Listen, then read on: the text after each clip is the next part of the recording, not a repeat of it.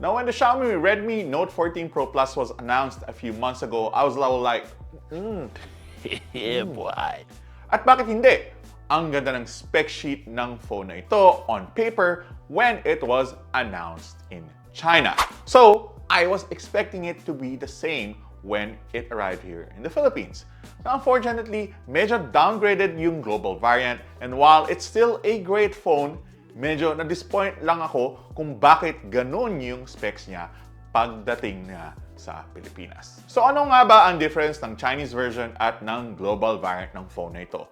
Now first, the camera package. Naging 200 megapixel lang ang main camera ng global variant from the 50 megapixel one in China. Though nawalan siya ng telephoto lens at nagkaroon ng filler cams. Bumaba din ang battery capacity niya by more than 1,000 mAh, though it does gain 120 watt fast charging. As for the rest of the specs, they seem the same across the board. Now don't get me wrong, the phone, even with the changes, is good.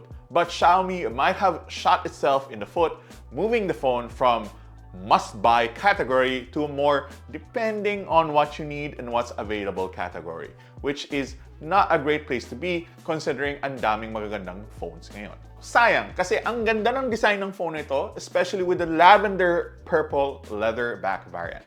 Sobrang elegant tingnan yung metal frame and leather back combination ng review unit namin.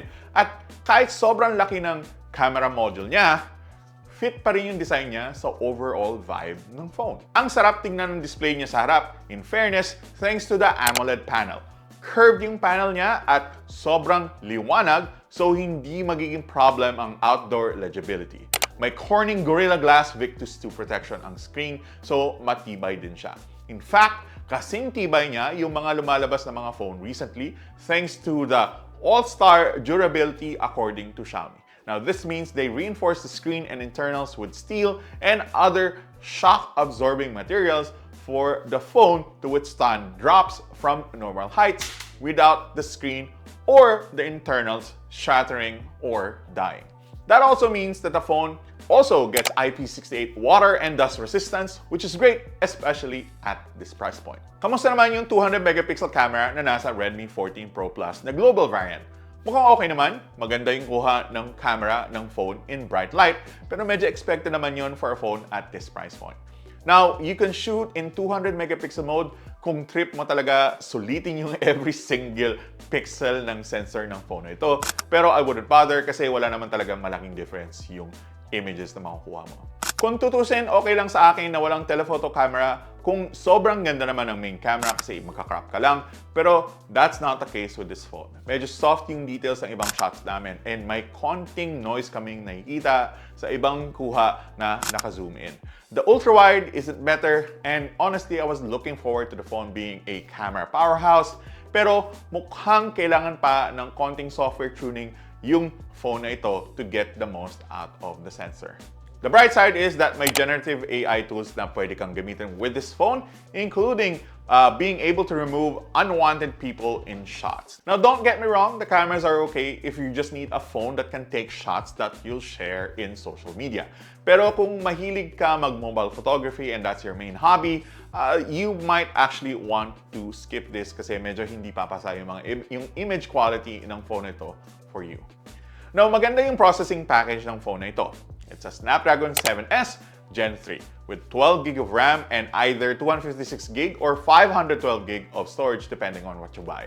Solid ang performance ng Snapdragon 7S Gen 3 and is capable of fairly heavy gaming, though may napapansin kami na konting heat while it's in use. It's not super hot, pero it's there. It's something to be aware of while you're using the phone for long periods. Super smooth yung navigation ng phone, though nandito pa rin yung palagi kong reklamo with Xiaomi phones, which is the ads and the unwanted bloat on the phone.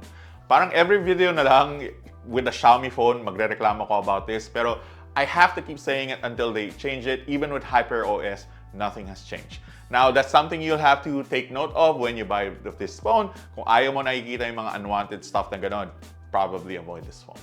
Like we mentioned earlier, mas mababa ang battery capacity ng phone na ito versus the China version, with the global variant getting 1,000 mAh less than the Chinese version.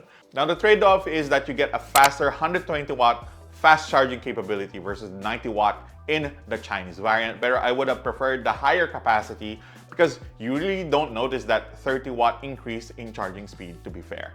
Anyway, the good news is that maganda ang screen on time and overall battery life ng phone na ito, even with that reduced battery inside. So para kanino tong phone na ito? I think this is for people who are looking for a good-looking mid-ranger na maganda ang performance, okay ang battery life, at aesthetic tignan, at pwedeng mahulog paminsan-minsan nang hindi nasisira yung screen. Siguro kung na-retain ng Xiaomi yung same specs as the Chinese variant, pwede ko din siya i-recommend for people looking for a decent camera phone for mobile photography if that is your hobby. Pero based sa results na nakuha namin, baka ma-disappoint ka lang pag yun yung main purpose mo dito. In any case, okay naman siya as a mid-range phone, though mas mahal siya ng konti sa mga nakalabas na mga phone recently even compared to the Poco. The 512GB variant is 1,000 pesos more than what was launched last year, although the 256GB version is priced at 22,999. We'll be placing all of the prices and also where you can buy this phone in the comments and also as supers here. So that's pretty much it for this review. Did you like that review? Please let us know. If you have any other phones that you want us to take a look at, let us know. For the next time, my name is John. Peace out.